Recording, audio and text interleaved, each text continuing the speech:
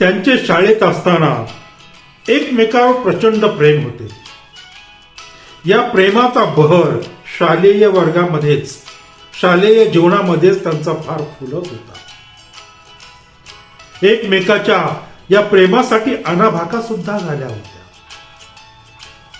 आणि हे जे काही प्रेम फुलत होतं, ते प्रेम फुलत होतं पुण्यामध्ये. जणू काही मेड फॉर इच अदर अशीच परिस्थिती निर्माण झाली होती.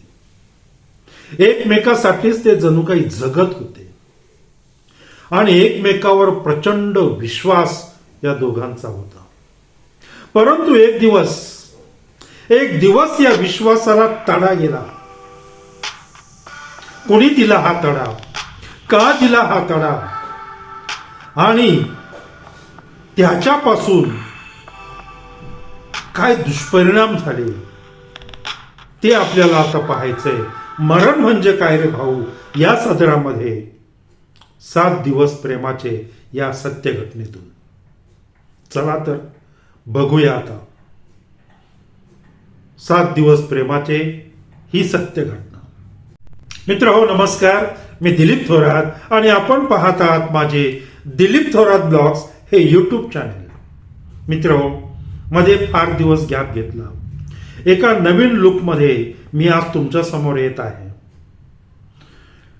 एक लक्षात ठेवा, व्हिडिओ जर आवडला तर व्हिडिओला लाईक करा, शेअर करा आणि दिलीप थोरात या ब्लॉगला सबस्क्राईब मात्र करायला विसरू नका मंडळी.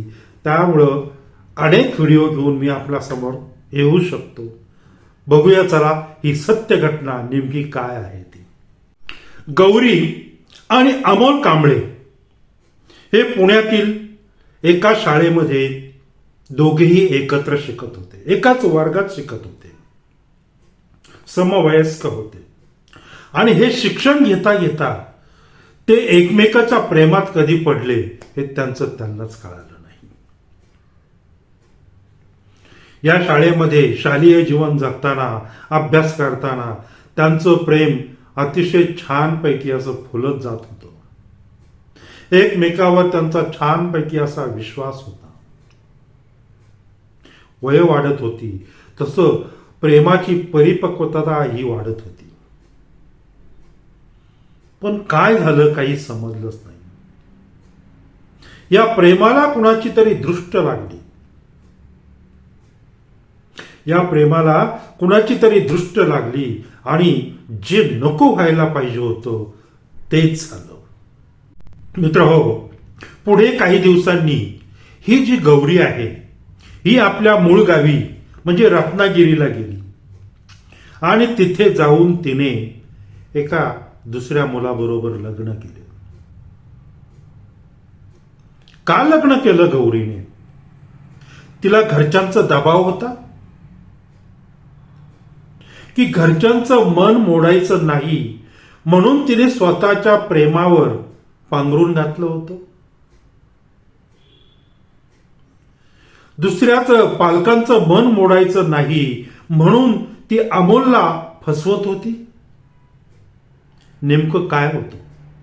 असे अनेक प्रश्न आज आपल्या समोर या गौरीच्या लग्नामुळं निर्माण होतात. मित्रांनो, बघूया याचं नेमकं काय कारण आहे ते. गौरीचे लग्न झालं, ती सासरी गेली. तिचा संसार अगदी थाटामाटात चालू होता.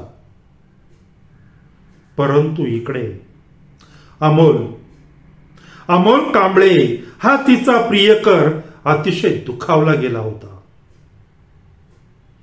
काय वाटलं असेल त्याला? प्रचंड प्रमाणात तो दुखावला गेला. या अमोल कांबळेच्या प्रेमाचा गौरीने अक्षरशः प्रेत यात्रा काढली.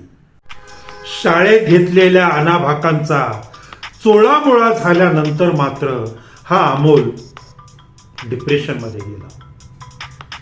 बराच काळ त्याला काही सुचत नव्हतं आणि हळूहळू याचं रूपांतर त्याच्या मनाने किंवा त्याच्या मनामध्ये एक सुडाची भावना तयार झाली की ती अतिशय भयानक अशी होती. पण याचा गंध गौरीला मात्र नव्हता. तिने तिला जी चूक करायची ती केलीच. काही काळानंतर जिथे गौरी आणि अमोलचं प्रेम फुललं, जिथे गौरी आणि अमोलने प्रेमाच्या अनाभाका घेतल्या, त्याच परिसरात गौरी पूर्वी राहत होती आपल्या भावाकडे.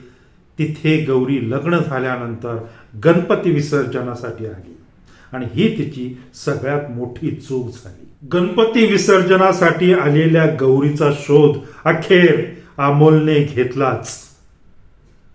अमोलला तिचा शोध लागलाच की गौरी विसर्जनासाठी पुण्यामध्ये आलेली आहे.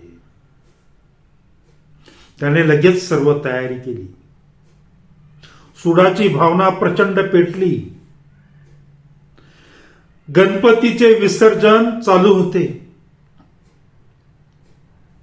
रस्त्याने ही गर्दी चालू होती आणि त्या एका गर्दीमध्ये एक भाग गौरी सुद्धा होती. आणि हा अमोल रस्त्यावर बाजूला असलेल्या रिक्षामध्ये दबा धरून बसला. का तर त्याला आज गणपती विसर्जनाच्या अगोदर या गौरीचं विसर्जन करायचं होतं की ज्या गौरीने त्याला दगा दिला होता. विसर्जनाची रांग जसजशी जवळ येत होती तससा अमोल सावध झाला आणि गणपती बाप्पा मोरया, पुढच्या वर्षी लवकर या, गणपती बाप्पा मोरया, पुढच्या वर्षी लवकर या, अशा घोषणाही चालू होत्या. गणपती गेले गावाला, ट्रेन पडेना आम्हाला, अशाही घोषणा चालू असतानाच अमोल रिक्षातून उतरला आणि समोर असलेल्या गौरीच्या डोक्यावर सपासप कोयत्याचे वार केले. खरं तर गौरीच्या अंगावर गुलाल होता. उधळलेल्या गुलालाचा रंग आणि डोक्यात मारलेल्या कोयत्यामुळं शरीराचं रक्त ह्या गुलालाच्या रंगामध्ये मिसळून गेलं आणि गौरी जागीच पडली. जागीच तिचा खात्मा झाला. अखेर ठरल्याप्रमाणे अमोलने गणपती विसर्जनाच्या अगोदर गौरी नावाच्या या मुलीचं विसर्जन नक्की केलं होतं. गौरी जाग्यावर खल्लास झाली हे पाहून अमोल पळण्याच्या तयारीत होता.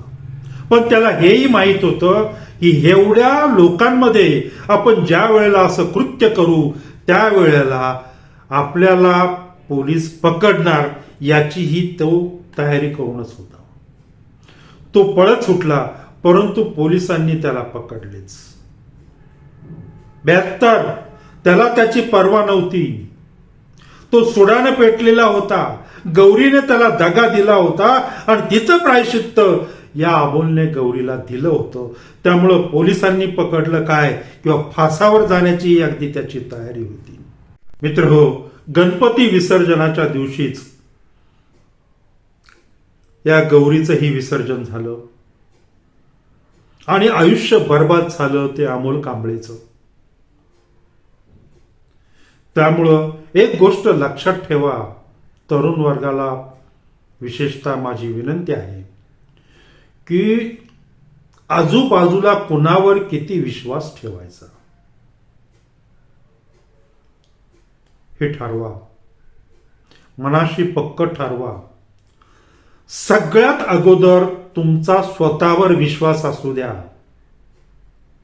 स्वतःवर विश्वास असला की मग घरच्या मंडळींनी काही प्रेशर आणलं किंवा काय आणलं हे काहीही करू शकत नाही. स्वतःवर विश्वास ठेवा आणि हे असे काही जे काही प्रकार होतात ते प्रकार टाळा. विशेषतः मला समाजातील या युवतींना, 20-25 वर्षातील युवतींना फार सांगणं आहे की हे जे काही भोळे सांब समाजामध्ये वावरत आहेत ना 20-25 वर्षाचे, त्यांना फसवू नका. अहो, शंकराचे अवतार आहेत ते आणि त्याचा फायदा तुम्ही घेताय. हे सर्वार्थी मी म्हणत नाहीये, सगळेच शंकराचे अवतार नाहीयेत, पण तरीही सावधान राहा, सावधान पावलं टाका आणि आयुष्य सुंदर घडवा. मित्र, स्वतःला जपा, कुटुंबाला जपा आणि तुमच्या घरात असलेल्या 20-25 वयातील पोट्ट्यांना जपा. परत येतोय मी तुमच्या समोर अशीच एक सत्य घटना घेऊन लवकरच. तोपर्यंत नमस्कार.